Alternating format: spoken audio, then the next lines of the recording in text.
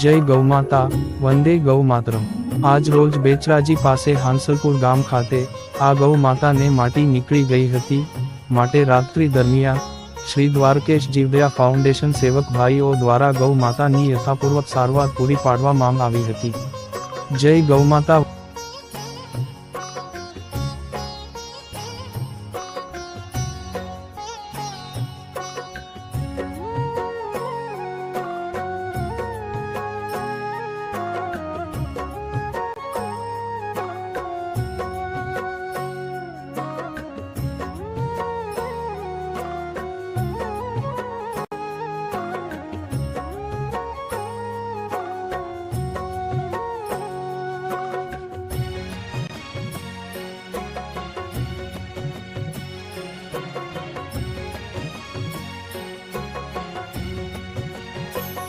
प्रभु तम विना मारू कोण छे, तमे जाणो छो रे।